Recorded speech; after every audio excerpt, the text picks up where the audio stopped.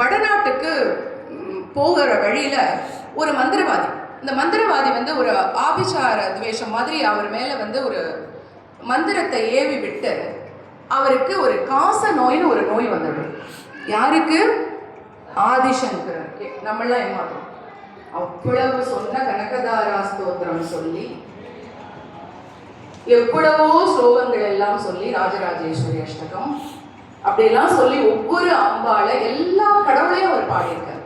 அப்படிப்பட்ட ஆதிசங்கரர் மேலேயே ஒரு மந்திரவாதியினால் ஒரு மந்திரம் ஏவலை ஏவ முடியும் என்றால் நாம் எல்லாம் ஏமாத்திரம். அவர் அப்படி கஷ்டப்படும் போது சிவபெருமான் சொன்னாராம், அவரே சிவபெருமானுடைய அம்சம்தான். அவருக்கு சிவபெருமான் சொன்னாராம், ஜெயந்திபுரம் போ அப்படின்னு. ஜெயந்திபுரம் எங்க இருக்கு? ஜெயந்திபுரம் தெரியுமா? ஜெயந்திபுரம் அப்படிங்கிறது இன்றைய திருச்செந்தூர். முருகனின் பெயர் என்ன? ஜெயந்திநாதன் முருகனுடைய பெயர். வெற்றி வாகை சூடி சூரபத்மனை அழித்து வெற்றி வாகை சூடி நேராக திருச்செந்தூரில் வந்து ஜெயமாக வந்து நின்றதால் அந்த க்ஷேத்திரத்திற்கு பெயரும் ஜெயந்திபுரம், முருகனின் பெயரும் ஜெயந்திநாதர். அப்ப அந்த முருகன் கிட்ட போ அப்படின்னா ஆதிசங்கரன் அங்கிருந்து வந்தாராம். வந்து கோவிலுக்குள்ள நுழைஞ்சாராம். முருகனோட கோவிலுக்குள்ள வந்து நுழைஞ்சா ஒரு பாம்பு முருகனுக்கு பூஜை பண்றது. அந்த பாம்பு முருகனுக்கு பூஜை பண்றதை பார்த்து அதிசயிச்சு போயிட்டான். பாம்பு எப்படி பூஜை பண்ணும்னா, பாம்பு ஒரு இடத்துல எப்படியே நிக்குமோ? நிக்காது. அப்ப அந்த பாம்பு வந்து இப்படி ஆடும், இப்படி இப்படி இப்படி இப்படி ஆடும், இப்படி ஆடி ஆடி பூஜை பண்ணிதான். அப்ப அவர் பார்த்தாராம், இந்த பாம்பு இவ்வளவு அழகா இவருக்கு பூஜை பண்றது பார்க்கும்போது அந்த பாம்பு ஆடி ஆடி பூஜை பண்ற நடையிலேயே சுப்பிரமணிய புஜங்கம் அப்படின்னு ஒரு ஸ்லோகத்தை ஏற்றினாராம். அப்ப அந்த சுப்பிரமணிய புஜங்கத்தை ஸ்லோகத்தை சொல்லும் போது அவருக்கு முருகன் எப்படி காட்சி கொடுத்தாராம். சொல்ல சொல்ல சொல்ல சொல்ல ஆரம்பிக்கும் போது முருகன் காட்சி கொடுத்தாராம். சிவபெருமான் அம்பாள் மடியில முருகன் உட்கார்ந்துட்டு இருக்காரு. சிவபெருமான் வந்து அம்பாள் கிட்ட இருந்து என்னோட குழந்தையே இங்க வாப்பா அப்படின்னு கூப்பிடுறாராம். அப்படி கூப்பிடும் போது முருகன் தாவி அம்மா மடியிலிருந்து அப்பா மடிக்கு வராராம். அப்படி வர்ற மாதிரி ஒரு காட்சி அவருக்கு கிடைச்சதாம். அப்படி வந்து அம்பாள் மடியிலிருந்து சிவன் மடியில வந்து உட்காரும் போது சிவன் சொன்னாராம், உனக்கு நான் ஒண்ணு கொடுக்கட்டுமா அப்படின்னு கேட்டாராம். என்ன அப்படின்னு கேட்டாராம். முருகன் ஒரு பெரிய வேர்படைய கொடுத்தாராம். என்ன கொடுத்தார்? ஒரு பெரிய வேர்படை. வேர்படை அப்படின்னு சொன்னா என்னன்னா, இந்த ஏகாதச ருத்ரம்னு ருத்ராபிஷேகம் பண்ணி சுவாமிக்கு அபிஷேகம் எல்லாம் பண்றோம் இல்லையா, இந்த பிரதோஷ டைம்ல எல்லாம் ருத்ரம் சொல்லிதான் சுவாமிக்கு அபிஷேகம் பண்ணுவோம். அதுல ஏகாதசம், ஏகம் 1, தசம் 10, ஏகாதசம் 11 தடவை இந்த ருத்ரத்தை ஜபித்து என்ன புண்ணியம் கிடைக்குமோ அந்த மாதிரி ஒரு 11 செட்டு வேல்படைய கொடுத்தாராம் சிவன். இதை வச்சு விளையாடிக்கோ அப்படின்னா. வாங்கிறதுக்கு ஒரு தெம்பு வேணும்ல, துணிவு. அதனால தானே பாரதியார் பாடினார், வெற்றி வடிவேலன் அவனது வீரத்தினை புகழ்வோம். ஒரு வேல் படைய வாங்குறதுனா சும்மாவா? ஒரு வேலை எடுத்தாலே நமக்கு ஆடுது. ஒரு நிமிஷம் இங்க இருந்து இது மேல ஏறி இங்க வந்து உட்கார்றதுக்குள்ள எனக்கு கை காலெல்லாம் நடுங்கி போச்சு. அப்ப அந்த அளவுக்கு துணிவு பெற்ற அந்த பாலகனுக்கு அந்த வேலை கொடுத்து இந்த சம்ஹாரம் பண்ணணும்னா பார்வதி சொன்னாலும் அந்த டைம்ல முருகன் கிட்ட இருந்து சிவன் கிட்ட இருந்து அந்த முருகனை வாங்கினாலும். வாங்கிட்டு, அப்பா இந்த வேர்படை உனக்கு பத்தாது, அப்பா கொடுத்ததுதான் பத்தாது, நான் ஒண்ணு பண்றேன், இந்த வேலை வச்சு ஒன்னால ஒண்ணும் பண்ண முடியாது, இந்த வேர்படையை வச்சு நிறைய அசுரர்களை அழிக்க முடியும். ஆனா தாரகாசுரன் சூரபத்மன் எல்லாம் ரொம்ப பெரிய அசுரர்கள், நீயோ ஒரு பாலகன், அழிக்கிறதுங்கிறது ரொம்ப கஷ்டம். அழிக்கிறது கிடையாது, வதம் பண்றது, சம்ஹாரம் பண்றதுங்கிறது ரொம்ப கஷ்டம் அப்படின்னு சொல்லிட்டு அம்பாள் என்ன பண்ணாலும் ஒரு பெரிய வேல் எடுத்தாலும். அந்த ஒரு வேல்ல அந்த கையில இப்படி வச்சு அந்த வேலுக்குள்ள இந்த எண்டுல இருந்து இந்த எண்டுக்குள்ள ஓம் நம சிவாய அப்படின்னு ஒரு மந்திரத்தை எழுதினாலும். என்ன எதுக்காக இதை சொல்ல வரேன்னா, மந்திரம் ரொம்ப முக்கியம். சுவாமியுடைய மந்திரம் ஜபிக்கிறது ரொம்ப முக்கியம். நாமி நாமம், நாமம் ரொம்ப உசந்தது நாமியை விட. அதாவது யாருக்கு ராம நாமம் ரொம்ப உசந்தது ராமரை விட, அந்த மாதிரி சிவனை விட சிவநாமம் ரொம்ப உசத்தி. அப்ப அந்த வேல்ல அழகா ஓம் நம சிவாய அப்படின்னு எழுதி இந்த நம சிவாயன்னு எழுதுறாளே, அப்ப எங்க இருந்து சக்தி வந்தது? அதுல எப்படி அம்பாள் அந்த சக்தியை கொடுத்துருப்பா அப்படின்னு சொன்னா, ஒரு தடவை அந்த இகாரமும் ஆகாரமும் இல்லாம நம ச வ ய சொல்லி பாருங்க, எப்படி இருக்கு?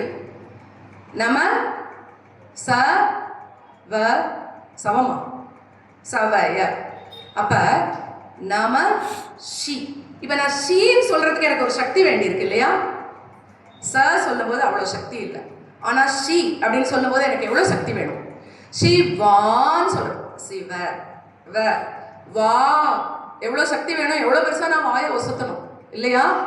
மாத்திர. அப்ப இகாரம் ஆகாரம்ங்கிற இடத்துல அம்பாள் அந்த சக்தியை உட்காத்தி வச்சிருக்காங்க. அதனாலதான் எல்லா வயெழுத்துக்களையும் க கா கி கீ இழுக்கிறது எல்லாம் சக்தி, எல்லாம் சேர்ந்து சேர்ந்து சேர்ந்து சிவ சக்தியா தான் வரும். அப்ப அந்த வேல்ங்கிறதுக்குள்ள தன்னோட சக்தி அத்தனையும் அடக்கினது மட்டும் இல்லாம தன்னுடைய கணவனுடைய சக்தியையும் அதில் புகுத்தி அந்த வேலை கொடுத்தா. அப்ப சிவ சக்தி ஐக்கியமா அந்த வேல் இருக்கு. முருகனை நீங்க, இது நான் ஆதிசங்கரர்ல இருந்து இந்த வேலுக்கு வந்துட்டேன். இப்ப ஆதிசங்கரர் அப்படி பார்த்தாரு இல்லையா அந்த இடத்துல, இந்த வேலை மறுபடியும் அப்புறம் பார்க்கலாம். ஆதிசங்கரர் அந்த வேல் குழந்தையா பார்த்துட்டு இப்ப அவர் என்ன பண்றாருன்னா அடுத்தது சொல்றாரு. அந்த சர்ப்பம் அந்த குருக்கள் அர்ச்சகர்கிட்ட இருந்து அப்படி ஒரு விபூதி பொட்டலம், அங்க ஒரு பன்னீர் இலையில விபூதி பொட்டலம் வச்சு கொடுப்பாங்க.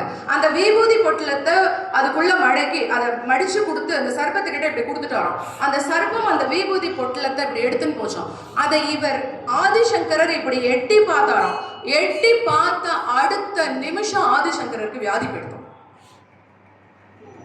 அப்பஸ்மார பாடுறாரு. अपस्मार कुष्ठ क्षयार्स प्रमेह ज्वरोन्मादि गुल्मादि रोगामगान्तक पिशाचाश्च सर्वे भवत्पत्रभूतिं विलोक्य क्षणात् तारकारे द्रवन्ते அப்படிங்கிறார். விலோக்கிய க்ஷணாத், ஒரு க்ஷணம் தான் நான் அந்த விபூதியை பார்த்தேன். யாரோட விபூதியை பார்த்தேன்?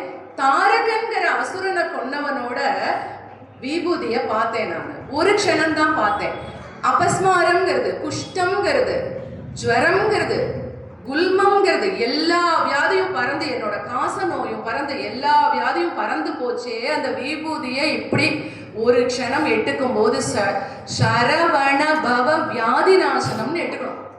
விபூதியை எப்பவுமே நெற்றியில் எட்டுக்கும் போது ஒன்னா நம சிவாயன்னு சொல்லணும். நம சிவாய இஸ் ஈக்குவல் டு சரவண பவ, அவ்வளவுதான். இல்லைன்னா சரவண பவன் சொல்லணும். இப்ப அப்படி சொல்லிட்டு அவர் என்ன சொல்றாரு? இப்ப நம்ம இங்க வந்துட்டோம். இது எனக்கு எல்லா நோயும் பறந்து போச்சு முருகா, நான் இனிமே நான் உன்னை எப்படி விடுவேன்? நான் இந்த பக்தர்களுக்காக, உன்னை வந்து நாடி வர்ற பக்தர்களுக்காக ஏதாவது ஒரு விஷயம் சொல்லணும். ஏன்னா எனக்கு வியாதி தீர்ந்து போயிடுது. ஆனா நான் இந்த பக்தர்களுக்கு ஒரு விஷயத்த சொல்லணும்.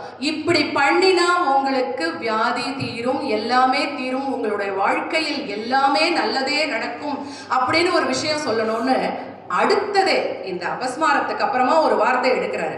என்ன வார்த்தை எடுக்கிறாரு அப்படின்னு சொன்னா, திருஷிஸ்கந்த மூர்த்திஹி, நான் பார்க்கறது எல்லாமே வந்து, திருஷி அப்படின்னா திருஷ்யம் அப்படின்னா பார்க்கறது, நான் பார்க்கறது எல்லாமே ஸ்கந்தனின் உருவமாவே இருக்கணும்.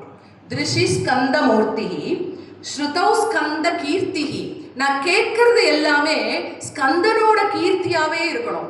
அந்த முருகனோட புகழையே நான் கேட்கணும்.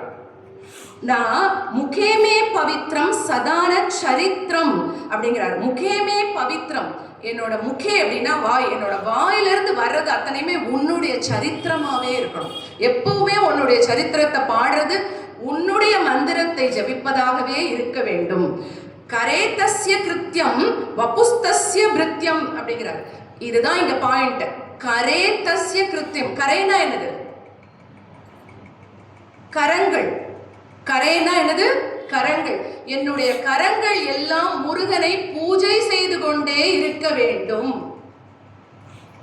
அது மட்டும் சொல்லல, இந்த கரத்தினால நான் என்ன என்ன நல்ல காரியம் மற்றவர்களுக்காக செய்கிறோனோ அதை நீ உன் பூஜையாக ஏற்றுக்கொள் முருகா அப்படிங்கிறார். எனக்கு இந்த கிருத்திகை மன்ற விழாவோட எல்லாரையும் ஞாபகம் வந்தது. இந்த கரத்தினாலதான் ஒவ்வொரு வேலையும் அதான் கிரியா சக்தின்னு முருகனுக்கு தேவசேனாவை கல்யாணம் பண்ணி வச்சான். கிரியாங்கிறது இந்த கரத்தினால நம்ம செய்யக்கூடிய செயல்கள். இந்த செய்யக்கூடிய செயல்கள் என்னுடைய கரம் எப்பொழுதுமே உன்னை நினைத்து மற்றவர்களுக்கு நல்லதையே செய்ய வேண்டும், உனக்கு உண்டான பூஜையை செய்ய வேண்டும், உனக்கு உண்டான அபிஷேகத்தை செய்ய வேண்டும் அப்படின்னு எல்லாமே உனக்கே அர்ப்பணம், எல்லாமே உனக்கே அர்ப்பணம். இத மானிடர்கள் புரிந்து கொண்டால் வாழ்வில் நிறைய முன்னேறுவார்கள் அப்படிங்கிறத பக்தி மார்க்கத்துக்குள்ள எப்படி போகணும்னு இந்த கிருத்திகை மன்றத்துல ஒவ்வொருத்தரும் ஒவ்வொரு செயல் செய்யறாங்க. இன்னைக்கு நான் பார்த்தேன், ஒருத்தர் பேசுறாரு, ஒருத்தர் வந்தவங்க எல்லாம் வாங்கன்னு கூப்பிடுறாரு, ஒருத்தர் ஜமக்காலம் போடுறாரு, ஒருத்தர் இதை பண்றாரு, ஒருத்தர் அவர் சொல்றாரு எப்படி இருக்கீங்க மேடம், நல்லா இருக்கீங்க, எல்லாரும் கேட்டு கூட கூட்டிட்டு போய் ஒவ்வொரு சந்நிதியிலையும் தரிசனம் பண்ண வச்சு நம்மள அந்த மாதிரி அவ்வளோ அழகா நமக்கு ஒரு இதெல்லாம் தான் சேவை. மானிட சேவை என்னது? மகேசன் சேவை. அந்த மானிட சேவை பண்ணினோம்ல மகேசன் சேவை. அந்த மாதிரி இந்த கோவில்ல அவ்வளோ அழகா ஒவ்வொன்றும் நடந்துட்டு இருக்கிறத பார்த்தானா இதை போலவே எல்லாரும் கண்டினியூ பண்ணிட்டு இருந்தா அவங்க குடும்பத்துல எந்த பிரச்சனையுமே யாருக்குமே வராதுங்கிறாரு. யார் சொல்றார்? நான் சொல்ல. யார் சொல்றார்? ஆதி சங்கராச்சாரியார் சொல்றார்.